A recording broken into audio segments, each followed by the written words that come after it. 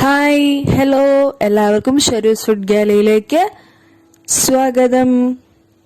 അപ്പോൾ ഞാനിവിടെ ഉണ്ടാക്കിയേക്കുന്നത് ഏത്തപ്പഴം വരട്ടിയതാണ്. ഇത് എളുപ്പമാണ് കേട്ടോ.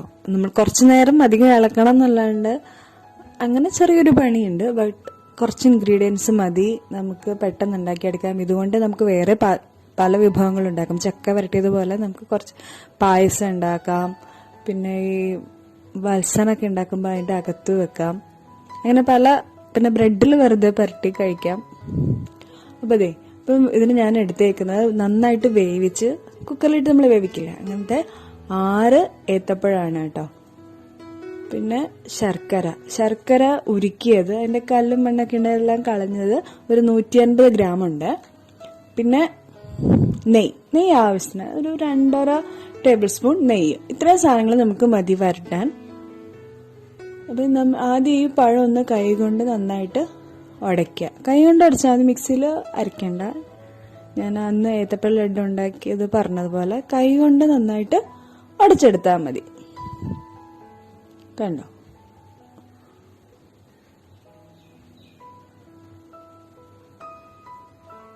ഇതുപോലെ നമുക്ക് കൈ കൊണ്ട് ഉടച്ചെടുക്കാം.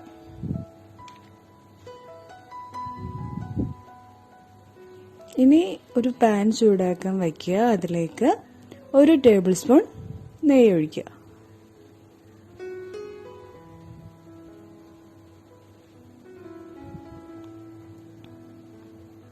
ഇനി നമുക്കിതിലേക്ക് ഇതൊന്ന് കറക്കി എടുക്കാം. എല്ലായിടത്തും നെയ്യ് പറ്റണമല്ലോ. ഇനി നമുക്കിതിലേക്ക് ചൂടാകുമ്പോഴത്തേക്കും ഏത്തപ്പഴം ചേർക്കാം.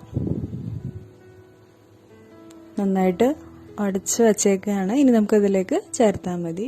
കണ്ടോ? 6 അത്യാവശ്യം നല്ല വലിപ്പമുള്ള ഏത്തപ്പഴമായിരുന്നു. അത് 2ആയിട്ട് മുറിച്ചിട്ട് കുക്കറിൽ വേവിച്ച് എടുത്തതാണ്.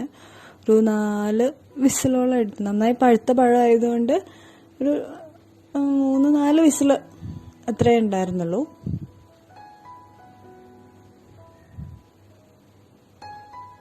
അപ്പോഴത്തേക്ക് നന്നായിട്ട് പഴുത്ത് കിട്ടി. ഇനി നമുക്ക് ഒരുപാട് പഴുത്ത ഏത്തപ്പഴം കഴിക്കാൻ ഇഷ്ടമല്ലാത്തവർക്ക് ഇതുപോലെ നമുക്ക് ഉണ്ടാക്കാം.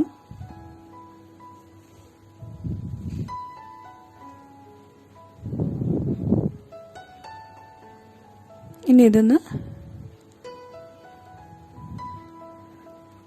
ജസ്റ്റ് ഒന്ന് ഇളക്കി കൊടുത്തിട്ട് നമുക്ക് ഇതിലേക്ക് ശർക്കര ഉരുക്കിയതില്ലേ അത് നമുക്ക് ചേർക്കാം.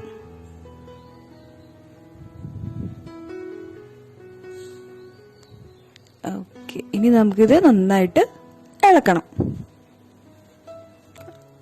ഒരു പാത്രത്തിന്റെ സൈഡിൽ പിടിച്ചിട്ട് ഇളക്കണം, ഇല്ലെങ്കിൽ ഇത് ഭയങ്കര ബുദ്ധിമുട്ടായിരിക്കും കേട്ടോ. കാരണം പഴം നല്ല കട്ടിയായിട്ടിരിക്കുകയല്ലേ.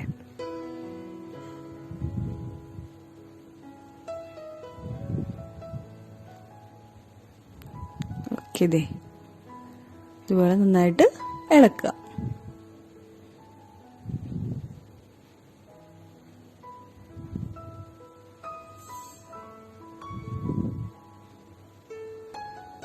ഓൾറെഡി വെന്തതായതുകൊണ്ട് വേവേണ്ട ആ ഒരു പ്രശ്നമില്ല. പക്ഷെ ഇതിനകത്ത് വെള്ളം ഫുൾ വറ്റണം. ഇപ്പോൾ ഒരു 3/4 വറ്റിയിട്ടുണ്ട്. ഇതിലേക്ക് ഞാൻ കുറച്ച് നെയ്യ് ഒഴിക്കുകയാണ്. ഒരു 1.5 ടേബിൾ സ്പൂൺ നെയ്യ് ഒഴിക്കുകയാണ്.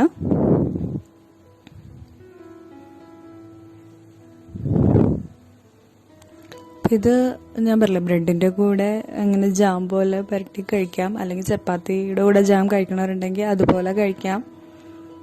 അല്ലാണ്ട് ചുമ്മാ നമുക്കിതിങ്ങനെ ഒരു ചെറിയ ബൗളിലെടുത്തിട്ട് ചുമ്മാ കഴിക്കാം, അല്ലെങ്കിൽ പായസം ഉണ്ടാക്കി കഴിക്കാം. ഇതിങ്ങനെ വരട്ടി വെച്ച് ഫ്രിഡ്ജിലൊക്കെ വെച്ച് കഴിഞ്ഞാൽ കുറച്ച് നാൾ കേടുകൂടാണ്ടിരിക്കും.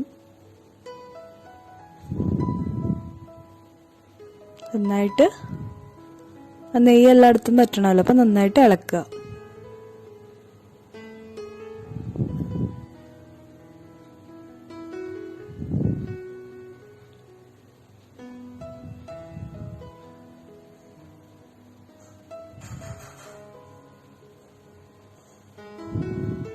അപ്പോൾ അതിനിടയിൽ ഒരു കാര്യം പറയട്ടെ, ഇതുവരെ സബ്സ്ക്രൈബ് ചെയ്തിട്ടില്ലാത്ത കൂട്ടുകാരെ സബ്സ്ക്രൈബ് ചെയ്യുക, നിങ്ങളുടെ ഫ്രണ്ട്സിനും ഫാമിലിക്കും ഒക്കെ ഷെയർ ചെയ്യുക.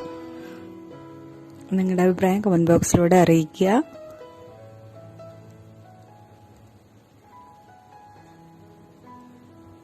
ഓക്കെ, ഇതിപ്പോൾ നന്നായിട്ട് അതിൻ്റെ വെള്ളമൊക്കെ വറ്റി കണ്ടോ. ആ പാത്രത്തിൽ നോൺ സ്റ്റിക്ക് ആയതുകൊണ്ട് അടി പിടിക്കില്ല എങ്കിൽ തന്നെയും അത് ഇളക്കുമ്പോൾ കണ്ടോ അതിങ്ങനെ സൈഡിലൊക്കെ വരുന്ന ഇതുപോലെ പറ്റി പിടിക്കാതെ വരണുണ്ടോ. ഇതാണ് അതിൻ്റെ പാകം എന്ന് പറയണത്. നമ്മുടെ ഏത്തപ്പഴം വരട്ടിയത് റെഡിയായി കഴിഞ്ഞു. ഇത് ഉണങ്ങിയ ശേഷം നമുക്ക് ഒരു പാത്രത്തിൽ അടച്ച് സൂക്ഷിക്കാം. അപ്പം നിങ്ങളെല്ലാവരും ട്രൈ ചെയ്ത് നോക്കുക. കറുത്ത പോയ ഏത്തപ്പഴം ഇനി കളയേണ്ട നമുക്കിങ്ങനെ ഉണ്ടാക്കാം. അപ്പം നാളെ ഉച്ചയ്ക്ക് 1 മണിക്ക് നമുക്ക്